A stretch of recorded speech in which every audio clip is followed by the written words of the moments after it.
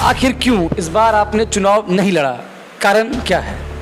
Vote लाया, एक युवा होने के नाते आपने चुनाव लड़ा और चुनाव में क्या कुछ आपने पाया और क्या युवाओं को सीख देना चाहते हैं आप? मलाह का अच्छा वहाँ जो सहनी वोट है, अच्छा खासा वोट है वो। क्या आपकी इच्छा थी कि हम चुनाव लड़ें? मेरा नाम सानू आनंद है और आप पब्लिक तंत्र देख रहे हैं। बिहार में एक सीट पर उपचुनाव होने हैं, बोचहा विधानसभा सीट पर उपचुनाव होना है और यहाँ से सभी राजनीतिक पार्टियों ने अपना अपना उम्मीदवार दे दिया है। अभी हमारे साथ बातचीत करने के लिए लोजपा के पूर्व प्रत्याशी रहे अमर आज़ाद जी हैं। अमर आज़ाद बोचहा विधानसभा सीट से पहले उम्मीदवार रह चुके हैं, यानी जब मुसाफिर पासवान ने यहाँ से चुनाव जीता था तब अमर आज़ाद वहाँ से उम्मीदवार थे, लोजपा पार्टी के उम्मीदवार थे। इस बार वो चुनाव नहीं लड़ रहे हैं और इस बार लोजपा पार्टी ने भी वहाँ से उम्मीदवार नहीं दिया है। इसी मुद्दों पर हम इनसे बातचीत करेंगे, तो आइए चलते हैं, क्या कुछ इनकी बातें हैं सुनते हैं। सबसे पहले पब्लिक तंत्र में आपका स्वागत है। जी धन्यवाद। आखिर क्यों इस बार आपने चुनाव नहीं लड़ा? कारण क्या है? कारण है कि वो पार्टी अगर चुनाव लड़ने के लिए बोलती तो मैं ज़रूर लड़ता, पर पार्टी ने कहा नहीं चुनाव लड़ने के लिए। अब जो प्रदेश अध्यक्ष हैं, राष्ट्रीय अध्यक्ष हैं, उनका क्या मैंने मन हुआ कि चुनाव वहाँ से नहीं लड़ना है, तो ये तो वही बताएंगे। आखिर क्यों लोजपा ने वहाँ से अपना उम्मीदवार नहीं दिया, जबकि पिछले चुनाव में लोजपा वहाँ से तीसरे स्थान पर रही थी और लोजपा का जो वोट था वो निर्णायक था, फिर भी लोजपा ने क्यों वहाँ उम्मीदवार नहीं दिया?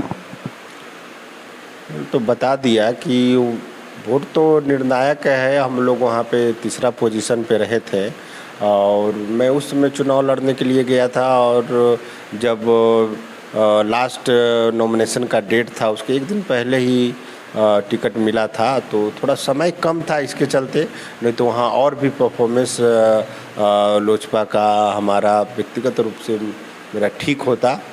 समय का बहुत अभाव था और थोड़ा क्षेत्र का प्रॉब्लम था इसकी वजह से। मगर इस बार तो राष्ट्रीय अध्यक्ष जी और प्रदेश अध्यक्ष जी ही बताएंगे कि वहाँ चुनाव किस कारण नहीं लड़ रहे हैं, और ये तो हमें अभी तक जानकारी नहीं दी गई है कि हम लोग वहाँ चुनाव क्यों नहीं लड़ रहे हैं। क्या आपकी इच्छा थी कि हम चुनाव लड़ें?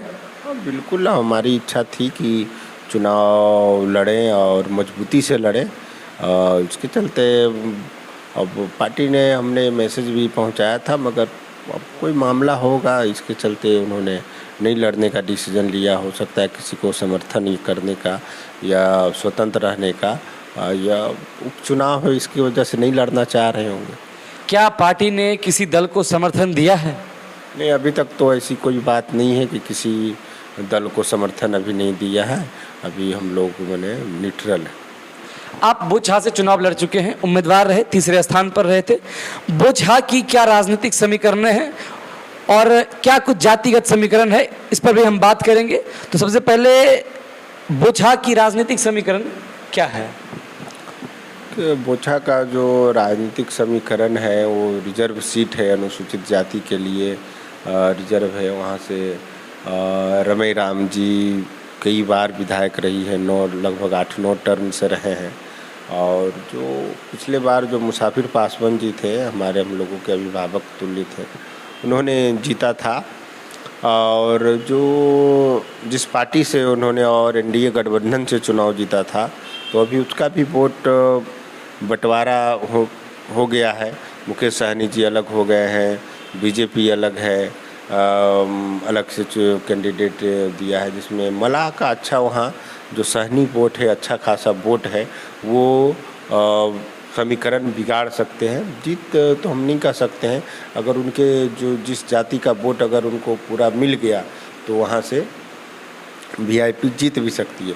मगर एक तरफ जो कद्दावर पार्टी है, जो आरजेडी है, आरजेडी ने मुसाफिर पासवान जी के बेटे और उनका जो संपत्ति है, चाहे पासवान का वोट हो, यादव का वोट हो, मुस्लिम का वोट हो, स्वर्ण जाति का जो वोट है वो भी थोड़ा बटेगा। कुछ आरजेडी में जा सकता है और कुछ जो है उसका मैक्सिमम परसेंटेज जो है एनडीए के साथ में रहेगा। और वहाँ कई कद्दावर नेता हैं जो स्वर्ण जाति के हैं, वो एनडीए के साथ में है, तो उनका भी प्रभाव बहुत रहेगा। मिला जुला के हम लोग कह सकते हैं कि त्रिकोणीय मुकाबला वहाँ होने को है, और जिस जाति का जो कैंडिडेट है उनकी जाति तो उनके साथ में रहेंगे ही, इसमें कोई नो डाउट है कि, मगर चांस ज़्यादा है कि वहाँ सब वो एनडीए पूरी ताकत अपना वहाँ झोंक दी है, सारे विधायक वहाँ कैंपेन कर रहे हैं। आरजेडी भी जो अमर पासवान है उन पे अपना दाव इसलिए लगाए क्योंकि वो पासवान है और आर्थिक रूप से संपन्न है, इसलिए एक मजबूत करने, उनके पिताजी विधायक रहे हैं तो इसके चलते उनका भी चांस है, और यही सामाजिक समीकरण है वहाँ का। वहाँ से रमई राम 9 बार विधायक रह चुके हैं। आखिरी समय में वीआईपी पार्टी ने उनकी बेटी डॉक्टर गीता को वहाँ से उम्मीदवार बनाया है। डॉक्टर गीता और मुकेश सहनी क्या कुछ अपने वोट को साध पाएंगे वहाँ से? मैंने तो बोला ही कि अगर साहनी का जो एक मुश्त वोट है लगभग 50,000 से ऊपर ही है वहाँ साहनी का वोट, अगर वो एक साथ आकर के वोट करते हैं तो बहुत बड़ा ये फैक्टर होगा, जीत के अंतर में प्रभाव पड़ेगा और हो सकता है कि जीत भी सकते हैं। मगर एनडीए एक बड़ा गठबंधन है, कांग्रेस भी वहाँ अलग से महागठबंधन भी अलग अलग चुनाव लड़ रही है, तो जो विपक्ष है जो पूरा बिखरा हुआ है, एक साथ नहीं है, तो कह सकते हैं कि आप से मुकेश सहनी भी अलग से चुनाव अपना स्वतंत्र रूप से कर दिए हैं। महागठबंधन तो है ही नहीं, सब पार्टी से पार्टी वाइज, तो इसमें से बड़ा गठबंधन जो है वो एनडीए का है, जदयू है, उसमें हम पार्टी है, उसके बाद ये बीजेपी है, बीजेपी का तो कैंडिडेट ही है, तो वो वहाँ ये बड़ा फैक्टर होगा कि जो जीत की और जो अगर, क्योंकि विपक्ष का वोट मेरे हिसाब से, क्योंकि मैंने वहाँ चुनाव लड़ा है और जातीय समीकरण को देखा है कि वहाँ बटेगा तो इसका फ़ायदा एनडीए को मिलेगा। आप एक युवा हैं, आपने चुनाव लड़ा, 8,000 के आसपास वोट लाया। एक युवा होने के नाते आपने चुनाव लड़ा और चुनाव में क्या कुछ आपने पाया और क्या युवाओं को सीख देना चाहते हैं आप? देखिए, राजनीति में मैंने पहले भी बताया कि जिस समय मुझे वहाँ लड़ने के लिए बोला गया पार्टी की ओर से, उस समय नॉमिनेशन का लास्ट दिन था और रात में मुझे टिकट मिला। तो सबसे पहले तो एक युवा को और राजनीति में और जिस संघर्ष के रास्ते को मैंने पिछले 10-12 साल से समाज के लिए, आरक्षण के लिए, संविधान के लिए काम किया है, तो हमें लगा था कि वहाँ लोग जो रिजर्व सीट है तो, और हम लोग को, मुझे सब लोग वहाँ जानते थे, पूरे बिहार के लोग जानते हैं कि मैं सड़कों पे आंदोलन करता हूँ, लड़ता है। तो सबसे बड़ा फैक्टर है जो लोकतंत्र में, चाहे बिहार हो चाहे अन्य राज्य हो, खास करके बिहार में, तो यहाँ का जो चुनाव का जो माहौल होता है तो आपको आर्थिक समस्या सबसे बड़ी समस्या बन जाती है, और कोई मजबूत जैसे पार्टी हो तो आपको अगर फाइनेंशियल मदद नहीं मिल पाता है, तो ये एक सच्चाई है, हमको उस चीज़ से गुजरना पड़ा कि चुनाव में बहुत पैसों की ज़रूरत पड़ती है। और युवा जो संघर्ष कर रहे हैं, तो मैं उन्हीं को ये कहना चाहूँगा कि पहले आप अपने आप को मजबूत करें, आर्थिक सशक्तिकरण करें, या सामाजिक काम कर रहे हैं आप तो सामाजिक काम करते रहें, मगर चुनाव में आप जैसे ही जाएंगे, जैसे ही लोगों का मन, लोगों का वोट देने का वैल्यू और वो सब बदल जाता है। लोग आपके सामाजिक कार्यों को देख कर के वोट नहीं देते हैं। देखिए, आप यूपी का भी हाल देखिए, चंद्रशेखर का हाल देखिए, इतने बड़े चेहरे हैं, संघर्ष के रूप में जाने जाते हैं। मैं भी बिहार में बहुत सारे आंदोलन को किया है। एक सभी लोग एक जानते हैं कि मजबूत स्तंभ है जो अधिकारों के लिए रिजर्व पर, मगर दलित वोटों का तो बंटवारा हो जाता है और जो अपर कास्ट के वोट हैं वो आपको देंगे नहीं। तो उसमें पार्टी फैक्टर होता है कि आप किस पार्टी से चुनाव लड़ रहे हैं और आप कितना आर्थिक, हम ये कह सकते हैं, मैंने चुनाव लड़ा है कि पैसा का ही खेल होता है, और कोई गरीब आदमी अगर चाहे कि चुनाव लड़ ले इस ज़माने में, तो ये असंभव है, हो ही नहीं सकता है, क्योंकि ये पूरा का पूरा आप लोकतांत्रिक प्रक्रिया जो हो गया है वो पैसे पर जो और विरासत की राजनीति भी कह सकते हैं, आर्थिक जो आर्थिक रूप से सशक्त है उसके लिए चुनाव है।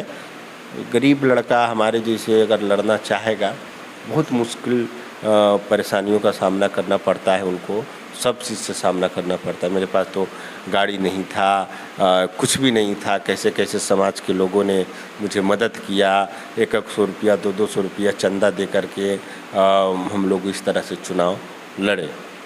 तो जो युवा हैं उनको सोचना होगा, इमोशन में आकर के कुछ करने की जो आवश्यकता नहीं है, क्योंकि लोग जो समाज के लोग हैं वो चुनाव के वक्त भावनाओं को नहीं देखते हैं, वो सिर्फ उस समय उनको नज़र आता है कि चुनाव है, लड़ रहा है तो बहुत पैसा इसके पास होगा, ये सब सोचते हैं।